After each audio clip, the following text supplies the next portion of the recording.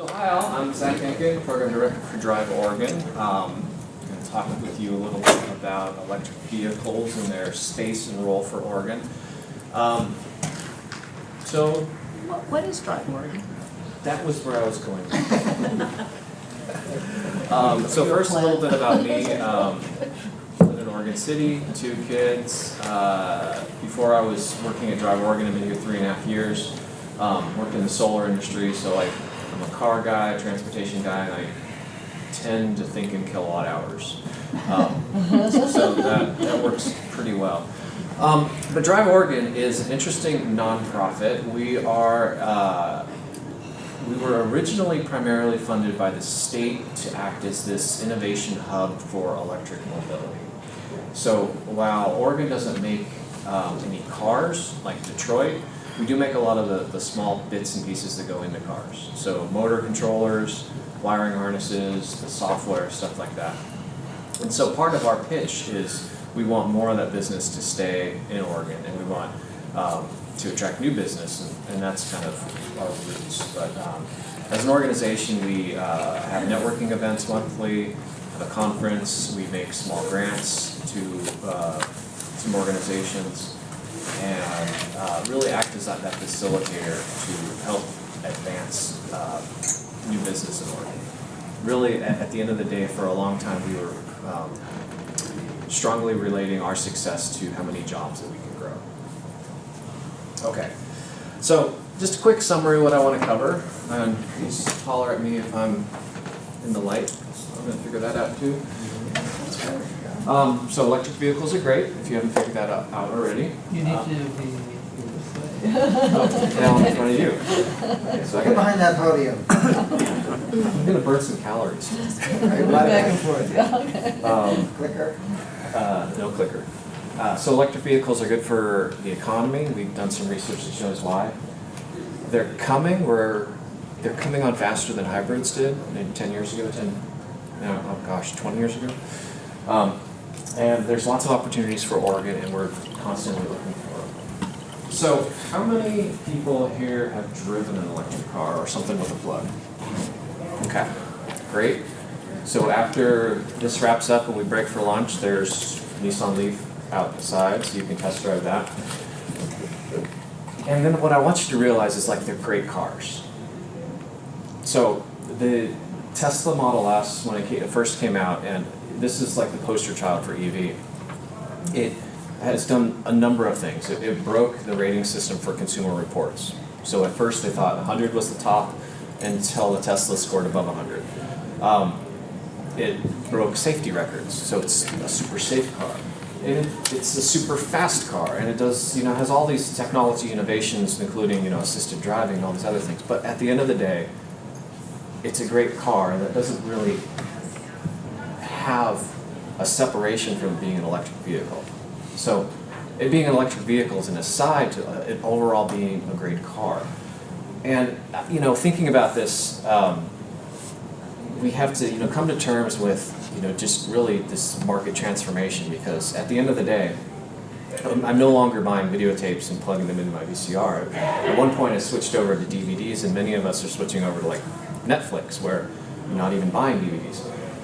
Electric vehicles are great cars, and I think as we realize that and move to that, it'll become easier to just stop considering a car without a plug. Okay, so a question people often will ask is, well, are they really good for the environment? Am I going to be charging it from coal? And they're better for the air, period. So in the most heavy parts of the country where they are really powering their utility by coal, we're still getting pretty great miles per gallon averages for the output emissions.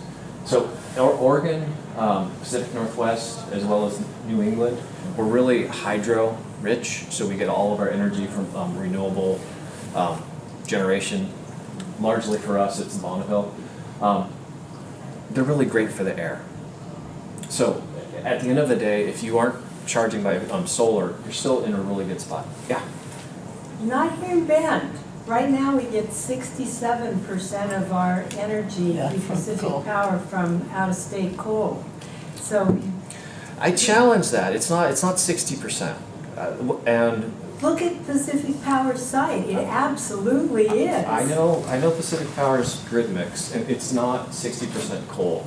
And the Senate Bill 1547, which was signed last year, put the renewable portfolio standard. So, She worked on that. okay, so you know about this. Yeah, Pacific I'm Core. from the Beyond Coal campaign locally, so that's why, I mean, I'm not challenging that electric vehicles are great, but I want to challenge you to be really accurate in the way you talk about them, because I want you to be credible. Seriously, I'm on your side, okay? Okay. But we really have to think about that, because electric vehicles are obviously where we need to be, Mm-hmm. but we need to get certain places first. Well, even the grid mix in Pacific Core, in Bend, is still better than driving gas, driving diesel. Yes, and for, Notwithstanding. absolutely. And if for anyone that otherwise, I'm a solar fan, so you should always consider PV, or at least purchasing those green credits you can get. This is a good slide from the Union of Concerned Scientists about basic, you're saving for your wallet based on how much it costs to charge the car. About 2 years ago, my wife and I, we live in Oregon City. She took a new job outside Southeast Portland. It's about 20 miles each direction. She was driving a Mini Cooper, and quickly we noticed that our gas bill was about $300 a month. It's like, well, this sucked. And so hour each way-ish. And we found that we could lease an electric vehicle for about $200, paying about $10 a month in electricity. We basically justified a free car. You see probably 6, 7 cars in the state that can be leased for under $200 a month, many of them for $100 a month. We're at the point where if you can justify it by how much you're driving, you can get a free car and a less polluting car, and going back to that original slide, it's a better car. Okay, so I'm sure many of you remember when the Prius was first launched. I did. When it launched, people were still kind of grappling with what is this weird car with the button to start it and the weird shifter. Electric cars are coming on faster than hybrids, period. And they're coming on at a solid pace. We have about 10,000 vehicles in Oregon, but it is not nearly fast enough. So Oregon is one of the 8 states who signed on the memorandum of understanding to sell some of these electric cars. So that means there's a lot of cars that we can buy here that they can't buy in Washington State and Canada or Idaho or these other places. For instance, the Chevy Spark EV, the Fiat 500e, the automakers are required to sell these cars in Oregon. And that means that there's a larger incentive for cars like a Nissan Leaf to be successful here. So we have a good foundation where these cars should succeed. By volume, California is the largest market. Other regions are also doing pretty good. Despite Washington not being a ZEV state, they still have more cars than us. They have about 14,000. So a little bit in context, right? This 10,000 cars that we have, so the people who put down a check for the new Tesla Model 3, that was 400,000 people that did that. So we have 10,000 cars on the road now, and a year and a half, 2 years, there's going to be 400,000 new cars on the road. It's pretty phenomenal. It's like, okay, but are we going to be ready for 400,000 in Oregon? No, not in Oregon. I mean, National. nationally. Do we know what the When? Oregon number is? I don't know the Oregon number, but When? that was like a year and a half, 2 years. Is that 10,000 Teslas or? No, that's a mix, and that's all plug-ins. So that includes the Bolts, even the Prius plug-in, but also. Because I know Nissan hit 90,000 Leafs in the United States already. Yeah. So our portion, I mean, we have a small percentage. Oh, we're talking Oregon. We're talking just Oregon. Got it. Okay. So wanted to give a couple of good slides on e-bikes. I know we have some e-bikes up front, and I just happen to really like e-bikes. E-bikes are fantastic. It's not about whether or not you are, whether an e-bike is better than a regular bike. I think we'll find that people who are already bicyclists, this is not the e-bike market.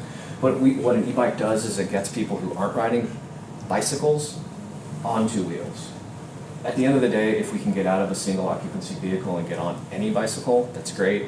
We think e-bikes are a great way to do that. Looking in the context of Portland, Portland is the highest per capita for bike mode share for a large city in the United States, which is 7%. Really, that's not great. But we think that it's an early indicator that e-bikes should succeed there. Just for reference, Amsterdam is about 40% bike mode share. Copenhagen, Denmark is 50%. So 50%. So it's a lot less cars and a lot more bikes. And so really moving to electric bicycles can just help get cars off the road, etc. And this is a lovely woman, Ingrid. She does everything on her e-bike, including picking up her kids, groceries, etc. So another thing that like e-bikes are great is it gets more people who, again, who wouldn't be riding a bike on a bike. Our PSU's research has shown that I think 25% of bike commuters are women. E-bikes are great for these long commutes. I live in Oregon City again, so if I'm commuting to Portland, it's about an hour drive in the traffic. If I'm on a bike, it's about an hour ride. But it's long, and so it's 15 miles, and while I can do it on a regular bicycle, I really have to be in the mood for it. But if it's an e-bike, it's like, okay, it's a little extra inertia. I'm like Lance Armstrong. Yes. No. But another part of that is you're going to show up to work less sweaty. You're going to have that confidence in taking your lane. I'm not a big-time bike guy, but riding is awesome, and getting out more on two wheels is much better. Plus, I mean, it's a different way of experiencing the urban landscape. So, let's get over the misconception that e-bikes aren't healthy. You have to pedal. You're burning calories. And I drove out this morning from Oregon City to here, and I just want to take a nap. You show up at the end of a bike commute, e-bike or not, and you're energized, you're fresh. It's good for your mind and it's good for your body. And what's great about them is you can challenge how much you want to exercise. So the majority of e-bikes, in order to activate the motor, it requires you to pedal. So it's either a pedal assist sensor, where it just measures the cadence, or a torque sensor, so it actually measures the torque. At the end of the day, it's still you driving this thing, but you're really noticing it if you're going up hills, if you're starting from a stop. It's also worth noting that these are completely legal on any bike trail, not necessarily mountain bike trail, but any bike trail in Oregon, and they speed limited 20 miles an hour. You're still going to get passed by the good bicyclists. Okay, so last bit about e-bikes, because I do get excited and think this is a great spot for innovation for Oregon, but we have this great infographic that we split out talking about how much money you can save in parking if you're paying parking, how it's faster than car and transit, and how you're going to be saving money because you're not buying gas. A lot of the same tropes about electric cars go over to e-bikes as well. And just for this persnickety reference of like how good they are for air, you look at what its daily is, and it's 0.0002, it's to the thousandth place on what that contributes for based on the state grid and how much does it cost to charge an e-bike. So it's like half a pound of CO2 annually compared to like 3,000 in your car. Okay.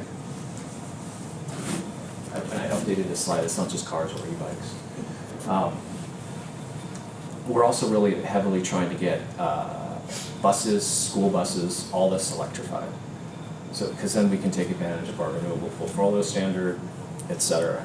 The diesel PM is, as we know, it's causes cancer, it's really bad for your brains, but especially bad for kids. TriMet in the city of Portland is going to be buying some electric buses, I think like either 4 to 6, and Lane Transit District in Eugene is getting, I believe, 3. So, especially with transit buses, there's a lot of options. There's probably 3 or 4 different options. And you're seeing them progress now compared to 5 years ago. School buses, not so much. There's pretty much one school bus, if you want it, that's electric. It's a Lion bus out of Canada.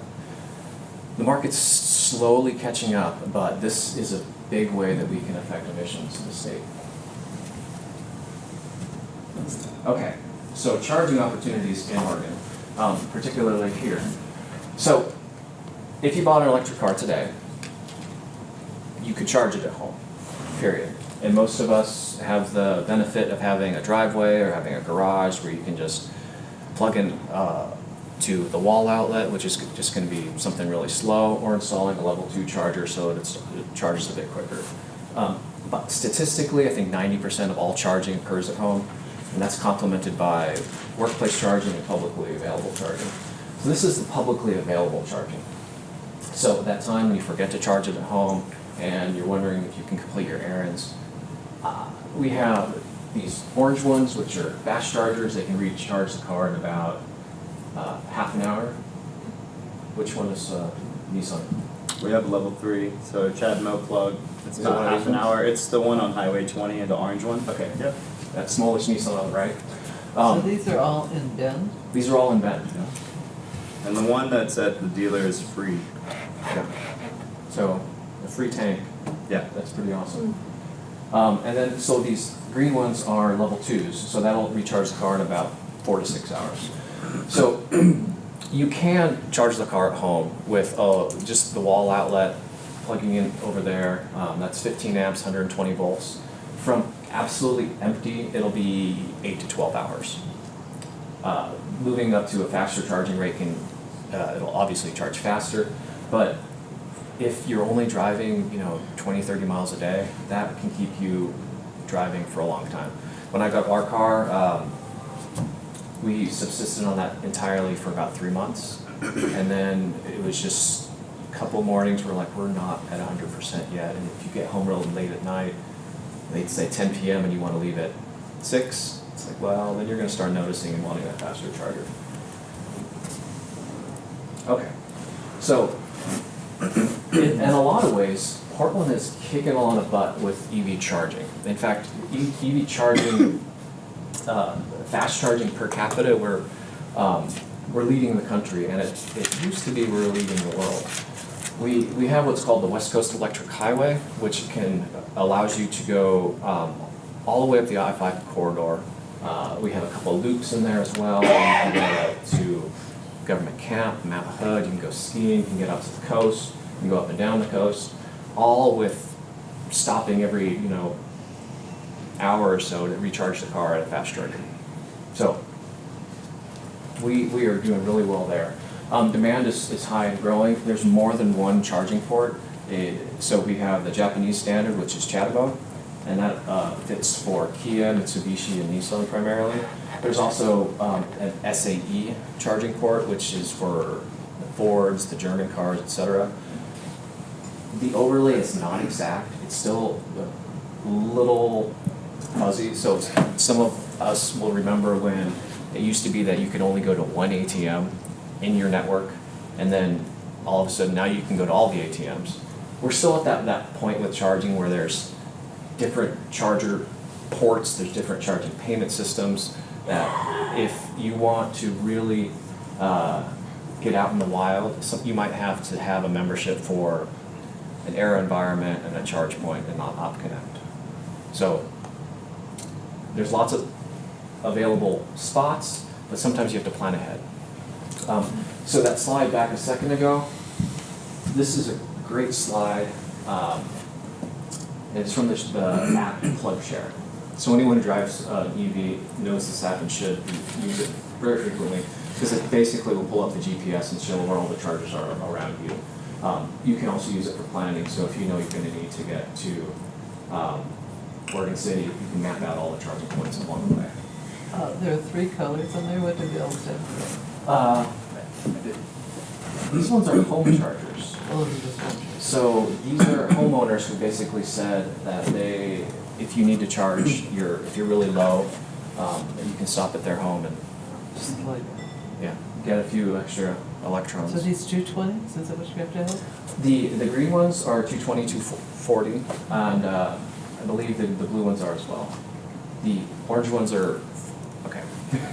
Orange ones are 480, usually more than 100 amps. Are those dealers? Not necessarily. No. One like this. No, you'll find them in Sisters, Redmond, at different businesses. The one in Sisters is at McDonald's of all places, but you can charge at McDonald's a level 3 Chatham plug. How do you pay for them? Like he was saying, they're different networks, so it depends on what network that particular charging You have station to is have a on. Card or something. And PlugShare will show you if it's on network, how much it costs, and then sometimes even if it's being used. Okay, so this is the slide that says, well, we're doing okay, we're not doing as well as we should be. Like I said, we have about 10,000 cars on the road now. Our ZEV state goal said that we need to have about 150,000 by 2025. The Oregon Global Warming Commission says we need 300,000 by 2020. So current rate of adoption is the little blue line, and the other lines are the goals that we really need to hit. We have a long way to go, and always looking at legislation and ways that we can get there. So just some quick words on the economy. Oregon's not an oil producer. We don't do any oil refining. We don't have any real fuel jobs here related to the gasoline and diesel that goes in our cars. When you save money, conversely, that money goes out to the local economy. So we've done some research with US Berkeley and some others, including Keybridge, that looked at, okay, if you drive an electric car, that literally leads to money being added to the Oregon GDP. So just an interesting thought that there's a resilience aspect to the economy that driving EV adds. Okay, so more Oregon opportunities. We make motor controllers, we make electric forklifts, we make the batteries that go in these things. This is all good, these are all good family wage jobs, and this is what we want more of. You look at these industries that we're operating within, and they're just billion dollar industries, and it's something that's growing over the next 20, 30 years. We're going to expect more and more of that, and as much as I can, I want to attract many of those jobs here. That funky little car on the top right is Arcimoto out of the Eugene area. Okay, so our strategy is that we're a great early adopter market, and so we know that we can't really compete with Seattle. We can't really compete with California in sales-wise, but what we can is try your great idea here, see how it works, and then go there. So we think that's going to work with some of these things, and frankly, it's just easier to do business in Oregon. Okay, so a couple quick slides on people that don't have garages or driveways. A lot of people are living in apartments. More and more people are becoming urbanized and living in apartments. This is why workplace charging is very important. We need more employers that are going to offer charging at work. It has a direct correlation with adoption. We run an event every year and acknowledge these new workplace charging partners. Intel, SolarWorld, Hewlett-Packard, the state of Oregon, the state of Washington, they've all signed on. If you know of an employer, let me know. If you know someone that wants to try technology or collaboration, we are very creative, and one of the creative things we do is also look for money so we can try these new crazy ideas. And then what can you do, to kind of help with this momentum? First, take a test drive. We can do that today, e-bikes, cars. You can sign up for the Drive Oregon newsletter. We share a lot of the industry events as well as opportunities for grants and collaboration. And I mentioned the workplace charging thing. Definitely talk to me about that. We're going to do it in another event soon. And I would welcome any questions. So those of us that live in Eastern Oregon, I know we can go west and we can go north, but south and east, a lot of us are oriented to south and east from here. So tell me about plug-in hybrids and how we can advance that too until there are. There are a number of good plug-in hybrids, including the Volt, the Ford Fusion Energy. So what they do is they have a smaller battery, so in between 20 and 40 miles. So if you have a short trip, it's just running 100% on EV, and then otherwise it's using both together as a hybrid. Completely viable technology. You can still plug in to leverage the technology better. Yeah, definitely worth looking at, and you can still get incentives for them. So it gets pretty cold here in the winter. How does that work with the batteries? Do they function as well, not quite as well? It's not the batteries where it's been an issue, it's been the heating technology. So early EVs had what's called a resistance heater, so think of the red coils heating up in your bathroom. We moved to heat pumps for some of the newer cars. These ones, you might see a couple miles range difference, but compared to the early cars where the battery was basically cut in half, it's not that bad. And the highest success rate for EVs in the world is Norway. When did that switch happen? What year? For Nissan Leaf 2013. So if you get a used Leaf, get a 13 or newer. What was that question? That was a question about the efficiency of the car in the cold. last piece. And newer cars are generally fine. Older EVs, it's largely dependent on how the heat is generated. So I think we're out of time, but please find me after and. Thank you, Zach. Let's have a big round of applause.